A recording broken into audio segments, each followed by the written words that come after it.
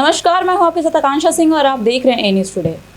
आज ए न्यूज़ की team Indira Nagar ward number 80 में पहुंच चुकी है और हमारे साथ स्मिता मिश्रा जी हैं जो कि समाजवादी पार्टी की पार्षद प्रत्याशी हैं।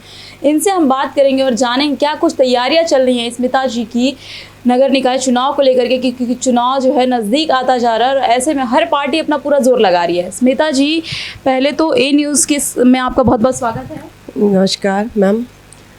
क्या कुछ तैयारियां चल रही हैं समाजवादी पार्टी की इंदिरा नगर वार्ड नंबर 80 में, चूँकि आप समाजवादी पार्टी की पार्षद प्रत्याशी हैं, तो क्या कुछ चल रहा है आपका? मैम, हम लोग डोर टू डोर जाकर के कैंपेनिंग कर रहे हैं। जैसा कि आप पीछे देख सकती हैं कि हमारे जो राष्ट्रीय प्रवक्ता हैं अनुराग भदौरिया जी, उन्होंने हम पे विश्वास जता करके, और हमारे जो अधिवक्ता हैं मिस्टर सत्यप्रकाश मिश्रा जी, उन दोनों लोगों ने मुझ पे विश्वास जता करके मुझे टिकट दिया है। तो उनके विश्वास पे मुझे पूरी तरीके से खरे उतरना है। तो मैं काफ़ी दिनों से कैंपेनिंग कर रही हूँ, डोर टू डोर जा कर के मैं सबका हालचाल पूछ करके, उनके एरिया का उनका प्रॉब्लम जान करके उसको सब नोट डाउन करती हुई चल रही हूँ कि मैं आगे जा कर के उन चीज़ों को कैसे सॉल्व करूँगी। क्षेत्र में आप डोर टू डोर कैंपेनिंग कर रही हैं, जनता का कैसा रिस्पांस मिल रहा है आपको? मिला जुला रिस्पांस मिल रहा है, और चूँकि मैं एक लेडीज़ हूँ इसलिए मुझे बहुत अच्छा ही रिस्पांस मिल रहा है। क्षेत्र में जनता की बहुत समस्याएं हैं, सीवर लाइन को लेकर के, सड़कों को लेकर के, लाइट बिजली को लेकर के काफ़ी समस्याएं हैं। अगर आप जीत जाती हैं और वार्ड नंबर 80 से इंदिरा नगर, तो आप जनता की समस्या को किस तरीके से सॉल्व करने की कोशिश करेंगे? मैम, जैसा कि मैंने अपने मैनिफेस्टो में लिखवा भी रखा है, और मेरा ये जब मैं कैंपेनिंग के दौरान लोगों की प्रॉब्लम्स को देखा तो मैंने एक चीज़ और बहुत गहरा नोटिस किया कि मैक्सिमम जो रहते हैं यहाँ पे, बड़े बुज़ुर्ग ज़्यादा रहते हैं, उनके बच्चे या तो कहीं आउट ऑफ सिटी हैं या आउट ऑफ कंट्री हैं। तो उनके लिए कहीं ये पार्षद कार्यालय हुआ या फिर नगर निगम कार्यालय हुआ, उनके लिए जा पाना थोड़ा सा मुश्किल हो रहा है। उसके लिए हम लोगों ने एक अपना सर्वे करा है कि उसके लिए मैं हर एरिया का, हमारा बी ब्लॉक हो गया, सी ब्लॉक हो गया, डी ब्लॉक हो गया, हर एरिया जितने भी हैं हमारे, सबसे रिलेटेड हम एक व्हाट्सएप ग्रुप बनाएंगे कि ताकि जो हमारे सीनियर सिटीजन्स हैं उनको दौड़ भाग ना करनी पड़े।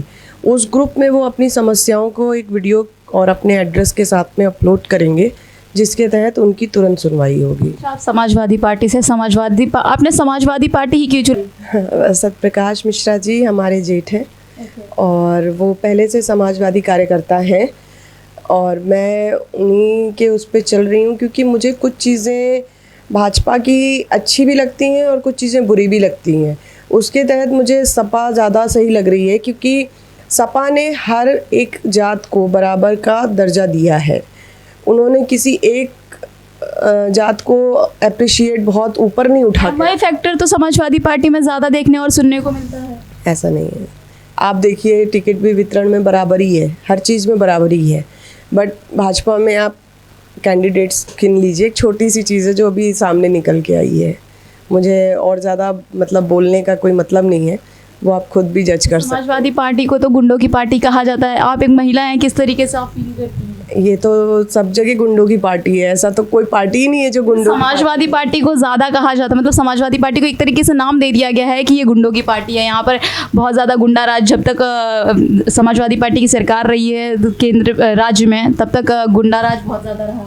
ऐसा तो नहीं है, किस राज्य में नहीं होते हैं क्राइम, किसकी गवर्नमेंट में क्राइम नहीं हो रहा है? आप बस एक मुझे बताइए, किसकी राज्य में मतलब जिस भी गवर्नमेंट आज तक आ रही है, किस गवर्नमेंट में कोई क्राइम नहीं हो रहा है? कभी कोई क्राइम हाईलाइटेड बहुत ज़्यादा हो जाते हैं किसी की गवर्नमेंट में, और किसी के गवर्नमेंट में उन चीज़ों को दबा दिया जाता है। अंतर सिर्फ इतना है कि बदनाम करने के लिए चीज़ों को उछाल दिया जाता है।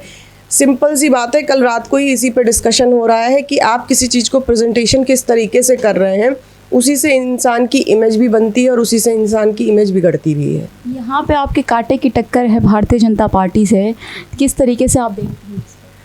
कांटे की टक्कर है, मैं मानती हूँ मेरी कांटे की टक्कर है भाजपा से, क्योंकि बहुत से लोग इस चीज़ को ये तरीके से नहीं सोच रहे हैं कि ये स्टेट का या फिर हमारा जो है विधानसभा लोकसभा चुनाव नहीं है, ये व्यक्तिगत चुनाव है। इसमें पार्टी सिंबल का कोई मीन नहीं करता है। आपको सबसे बड़ा मीन यही है कि आप किसको चुन रहे हैं, आपके बीच का इंसान कौन सा है, आप उसको कैसे आपके तक वो पहुंच सकता है, आप उसके तक कितने इजी वे में पहुंच सकते हो।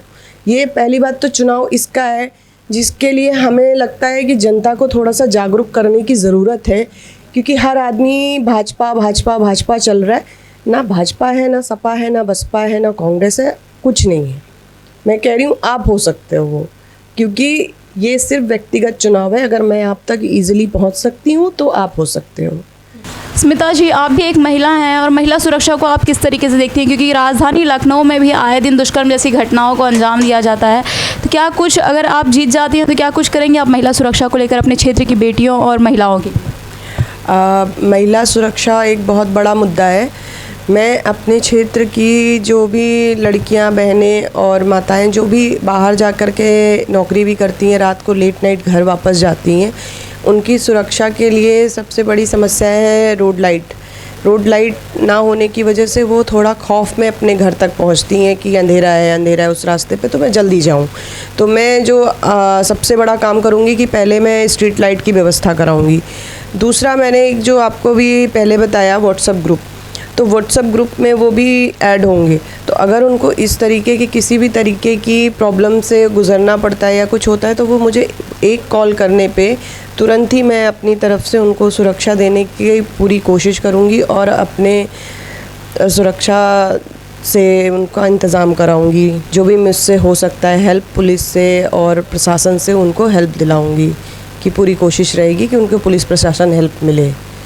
तो मेरी यही है कि मैं उनके लिए जितना भी ज़्यादा कर सकती हूँ, और सिर्फ एक कॉल पे उनको सुरक्षा मुहैया कराई जाएगी। अच्छा, क्षेत्र में कई जनता की ये भी कहना है, क्योंकि इलेक्शन का समय जब आता है, बड़े नेता आते हैं, कई दावे करते हैं, कई वादे करके जाते हैं, उसके बाद जैसे ही चुनाव ख़त्म हो जाता है गायब हो जाते हैं, वो क्षेत्र में दिखाई नहीं देते हैं, उनके कार्यालय के चक्कर काटते रह जाती है जनता, उसके बाद भी कोई उनकी सुनवाई नहीं होती, उनकी समस्या का समाधान नहीं मिलता। आप जैसा कि बोलें कि व्हाट्सएप ग्रुप बनाएंगी, तो क्या व्हाट्सएप ग्रुप पर उस समस्या का समाधान निकाला जाएगा, या फिर अगर कोई पार्टी कार्यालय पर आपका आता है यहाँ पे कोई जनता आपका, तो उसकी जन सुनवाई नहीं होगी? मैम, दोनों तरीके से जन सुनवाई होगी, और मैंने जिस पार्टी का हाथ थामा है उस पार्टी के आज तक के अपने जितने भी वादे किए हैं उस पे वो खरी उतरी है। ये तो आपको भी पता होगा कि अगर उन्होंने अपने इलेक्शन से पहले शिक्षा का वादा किया था कि सभी बच्चों को लैपटॉप वितरण किया जाएगा शिक्षा से रिलेटेड, तो उन्होंने लैपटॉप वितरण किया, तो वो अपने वादे से नहीं मुक रहे हैं। तो मैं भी उसी पार्टी से ताल्लुक़ रख रही हूँ, तो मैं भी अपने वादे से नहीं मुकरूँगी। तो देखा आपने, ये थी हमारे साथ इंदिरा नगर वार्ड नंबर 80 की स्मिता मिश्रा जी, जो कि समाजवादी पार्टी की प्रत्याशी हैं, पार्षद प्रत्याशी हैं, और इन्होंने बताया कि अगर ये जीत जाती हैं इंदिरा नगर वार्ड नंबर 80 से, तो ये क्या कुछ सुविधाएं देंगी अपने क्षेत्र की जनता के लिए, और किस तरीके से ये अपने क्षेत्र की जनता की समस्या का समाधान निकालेंगे। ऐसे ही हम पार्षदों से और आपको नेताओं से मिलाते रहेंगे। तब तक के लिए जुड़े रहिए ए न्यूज़ टुडे के साथ।